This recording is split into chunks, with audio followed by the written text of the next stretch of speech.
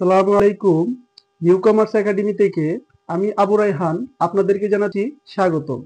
আমরা আজকে শিখব এইচএসসি হিসাব বিজ্ঞান প্রথম পত্রের চতুর্থ অধ্যায় রেওয়ামিল। রেওয়ামিল অধ্যায়ে ক নম্বর প্রশ্নে বলে থাকে সমন্বিত ক্রয়ের পরিমাণ নির্ণয় করো। তো আমরা সমন্বিত ক্রয়ের পরিমাণ কিভাবে নির্ণয় করব সেটাই আমরা আজকে দেখব। চলো আমরা সমন্বিত ক্রয়ের পরিমাণ কিভাবে নির্ণয় করে সেটা দেখি। তো সমন্বিত ক্রয়ের পরিমাণ নির্ণয় করার জন্য আমি একটা স্ট্রাকচার এখানে লিখে রাখছি। তো এই স্ট্রাকচারের ভিতর থেকেই মানে এইভাবে তৈরি করলে আমরা সমন্বিত ক্রয়ের পরিমাণ যখনই আমাদেরকে বলবে আমরা নির্ণয় করতে পারবো। তো সমন্বিত ক্রয়ের পরিমাণ নির্ণয় করার জন্য আমরা প্রথমেই লিখব প্রারম্ভিক মজুত পণ্য। প্রারম্ভিক মজুত পণ্য আমরা টাকাটা আমরা লিখে দিব, খতিয়ানে লিখা থাকবে অবশ্যই, কারণ আমরা রেওয়ামিল প্রস্তুত করি খতিয়ান থেকে। তো খতিয়ানের মধ্যে অবশ্যই প্রারম্ভিক মজুত পণ্যের পরিমাণ লেখা থাকবে, আমরা এটা লিখে দিব।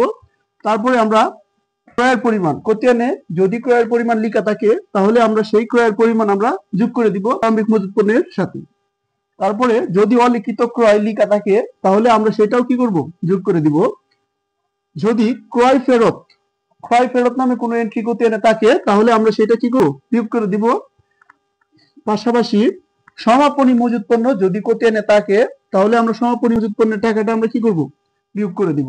বিয়োগ করে দেওয়ার পরে এই টাকাটা আমরা ক্যালকুলেশন করার পরে যেই টাকার পরিমাণ হবে ওইটাই হচ্ছে আমাদের সমন্বিত ক্রয়ের পরিমাণ। আশা করি তোমরা বুঝতে পারছো সমন্বিত ক্রয়ের পরিমাণ কিভাবে নির্ণয় করতে হয়।